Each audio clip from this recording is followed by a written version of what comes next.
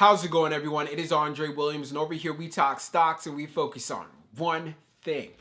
Always protect your profits. And before we get started, I want to let you guys know that the silver membership for the Discord expires at the end of the month. If you haven't had the opportunity to check it out, then you can find the link down in the description. Of course, you have to do it through Patreon. Again, whether you're a trader or you're an investor, you will find value, plus you get direct access to me. So let's talk about Senseonics. I told you guys in previous videos that I had a gap to fill to the downside around $2.15. What happened today? We ended up filling that gap to the downside. I even jumped in on stock twits and Twitter, giving you guys that update saying, you know what, this is a healthy drop for us because now it can get us ready for the next move up. So now what you're saying, hey, what do we gotta prepare for tomorrow and for this coming week? So that's why I put this video together. I won't waste any more time. Let's jump into the agenda. If you're new to this channel, I just want to let you know we have timestamps down below inside the description. But if you're a shareholder, you're thinking about taking a position,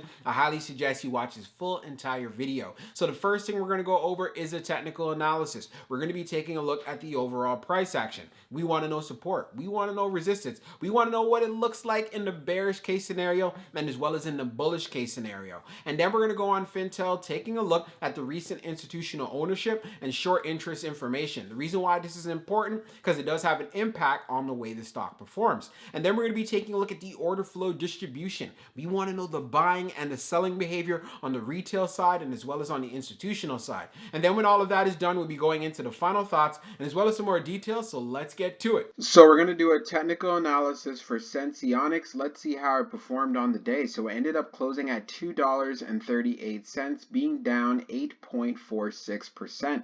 On the low, it tested $2.13, and then on the high, testing $2.49. When we take a look at the volume stats on the day, you can see we traded at 21.308 million shares, and the average volume over 10 trading days is at 9.848 million shares. So we did have above average volume on the day. We had a major pullback, but Senseonics ended up finishing the day fairly well, all things considered. Now, when we take a look at our chart, which is a daily chart, we can see from the RSI down below, it is at 35.07. And then when we take a look at our moving averages here in the chart, we are below the 100-day, the 200-day, the 50-day, and as well as the 21-day EMA. So like I've said in my previous videos, we did have a gap that needed to be filled. And guess what? We filled in that gap today. So like I was saying on stock twits, this is very healthy to get us ready for the next move up. So what we want to see from SENS is being able to get above $2.50. The resistance on the day was at $2.49. And as you've seen in the past, we could easily get back to the 21-day EMA at $2.72. You guys know how much I love to see price action when we are above this particular moving average. Because what this means, if we have more buyers coming in and there's a lot of strength, this is where we can look forward to seeing a move getting back into the 290s and essentially getting to the psychological area right here at $3. Why is $3 a psychological area? Because many traders that are jumping into this play, especially the ones that took advantage of this dip, they'll be looking to take some profits around here. But we also do know we are waiting on an FDA approval, and if we end up getting that, this is where I can see this stock going parabolic and we can get to the $4 level. So again, congrats to anyone who was able to grab some shares on the dip. I know some people inside of the Discord were able to do that, but definitely good to see that gap getting filled. Let's see where we go from here. So we're going to take a look at the recent institutional ownership and short interest information for Senseonics. As we scroll down further on the page, green rows indicate new positions while red rows indicate closed positions. So as we can see here recently for January the 24th, we have National Bank of Canada that purchased 16,200 shares. And we also have Aaron's Investment Partners LLC that purchased 2,945 shares, which is the filing date of the 21st. And we have a closed position from Global Retirement Partners LLC. The rest we've already covered. And then when we take a look at the short interest, The dark pool short volume ratio is at 54.06%, and then for the dark pool short volume being just over 2.8 million shares. Scrolling down further on the page, the short shares availability is at 150,000, updated 27 minutes ago, and then for the short ball free rate, it is at 9.48%.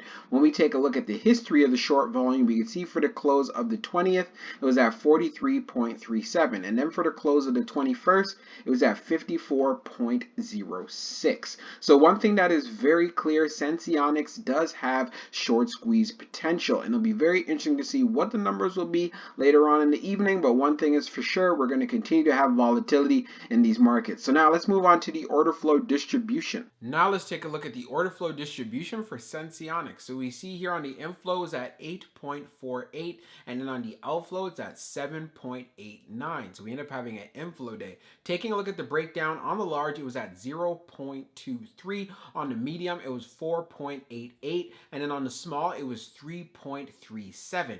On the outflow side on the large it was 0, on the medium it was 5.41, and then on the small it was 2.48. Taking a look at the large scale orders in the last 5 days, you can see for January the 24th it being at 228.8. And then when we analyze the numbers even further for the small scale orders that tend to represent the retail side, we had more buying than we had selling. Great to see. And then when we take a look at what happened on the medium, you can see we had more selling than we had buying. And then when we take a look at the large, which potentially represents whales, institutions, and funds, we had more buying than we had selling. So it was great to see that as far as the dip that SENS had, many were showing interest in regards to buying. And then when we take a look at the turnover ratio, it was right around 4.78%.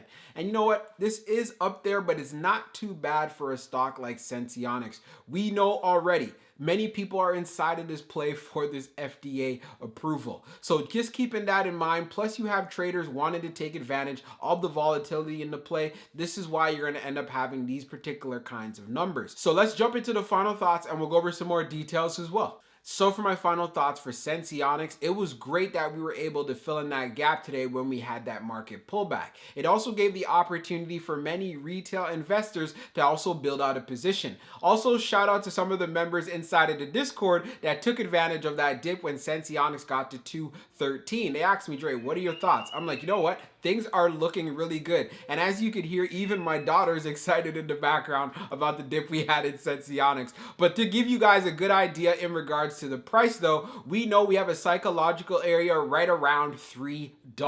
So knowing that we have that psychological area at 3, many are asking, why is it a psychological area? Because many traders that might be in this play, if we don't get the news as of yet and we make a move to $3, they're going to be looking to take some profits. So this is why I want you guys to be fully aware of this. So at least when that price action does occur, you're not going to be frustrated. You're going to be like, you know what? I expected this. Dre did talk about this on YouTube. Also, when we went on Fintel, taking a look at the short interest information, it still continues to have short squeeze potential. And we do see some interest on the institutional side as well. Like I was saying, you want to do your homework, do your due diligence. We are continuing to wait on this FDA approval. We've heard the CEO say, you know what? You should be getting some sort of a decision in the coming weeks. We know that the FDA is backed up. You know, they have their own priorities and so on, but I don't mind waiting. I know in my previous video, many people are saying, oh my gosh, I've been waiting for so long. When is it going to happen? I'm going to tell you right now. When it comes to the stock market, if you are patient and if you are in solid plays and if you've done your homework, you will get a return on your investment.